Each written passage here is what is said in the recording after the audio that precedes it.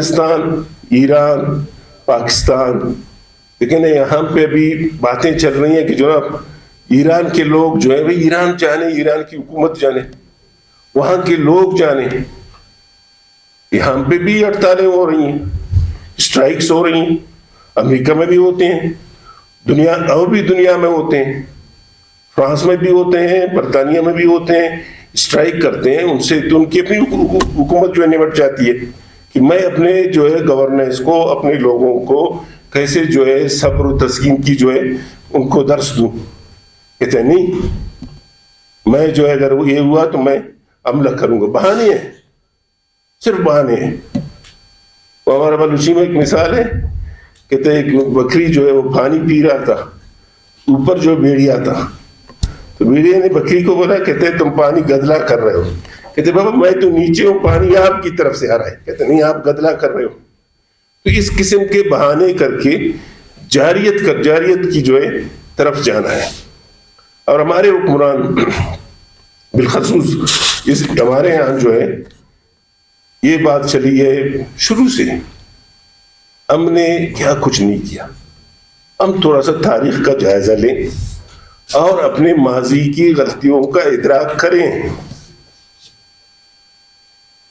یہی افغانستان کو یہ تاریخ بتاتی ہے کس کے ساتھ لڑا ہے. اتنے لاکھوں لوگوں کو آپ نے شہید کروایا، پھر آپ نے جو ہے 9/11 کا بہانہ کر کے پھر آپ نے جو ہے بمباری شروع کی افغانستان پہ. اس کے بعد پھر اپنا رجیم لے آئے، اس کے بعد پھر قطر کا جو ہے معاہدہ کیا، آپ نے کیا.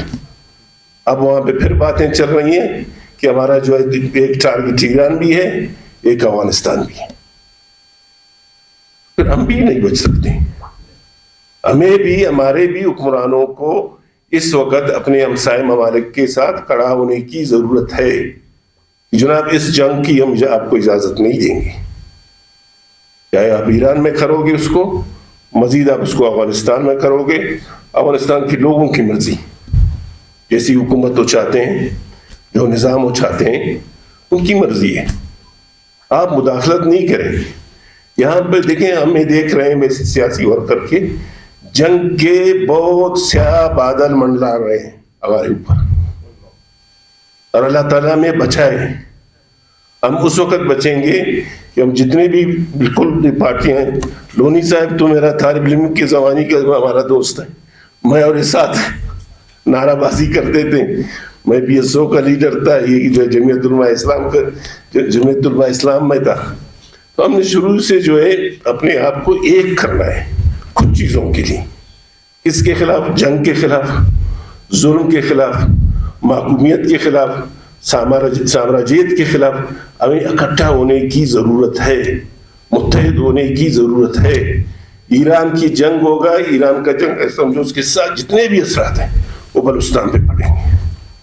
ہم تو بلوچستان والے ایران کی مرہون منت ہیں کہ ہمارے جتنے بھی خوراک ہے وہ ایران سے آتا ہے. 1998 میں مجھے یاد ہے کہ جب طویل قید سالی ہوا، ایران نہیں ہوتا، ہمارے لوگ تو بھوک سے مرتے. ان کو تو ہمارے لوگوں کو احساس نہیں ہے. آج جو ہے اپنے بارڈر بند کیا ہوا ہے کہ ایرانی ڈیزل نہیں آئے. آپ یقین کرو، لکھپت سے لے کر تفتان تک، لکھپت سے لے کر پھرو من تک درمیان میں ایک بھی ایسا پمپ نہیں ہے، پیٹرول پمپ، کہ جس کا پیٹرول جو ہے وہ کراچی سے آتا ہے، جس کو پی ایس او دیتا ہے. کیا یہ بلوچستان آخر اب ایک فیڈریٹنگ یونٹ ہے؟ ہم نے ہمیشہ یہ کہا ہے جناب بلوچستان کو ویسے ایک وحدت کے ٹریٹ کرو. پھر ہمارے تاریخی رشتے ہیں ایران کے ساتھ، یہاں پہ بھی بلوچ بستے ہیں، وہاں پہ بھی بلوچ بستے ہیں. ثقافتی، زبان کے، تجارتی، معاشی، سیاسی رشتے ہیں. ان کو آپ ختم نہیں کر سکتے ہو. ان کو فروغ دو، ان کو مزید تقویت دو. امریکی کے کہنے پہ نہیں کرو.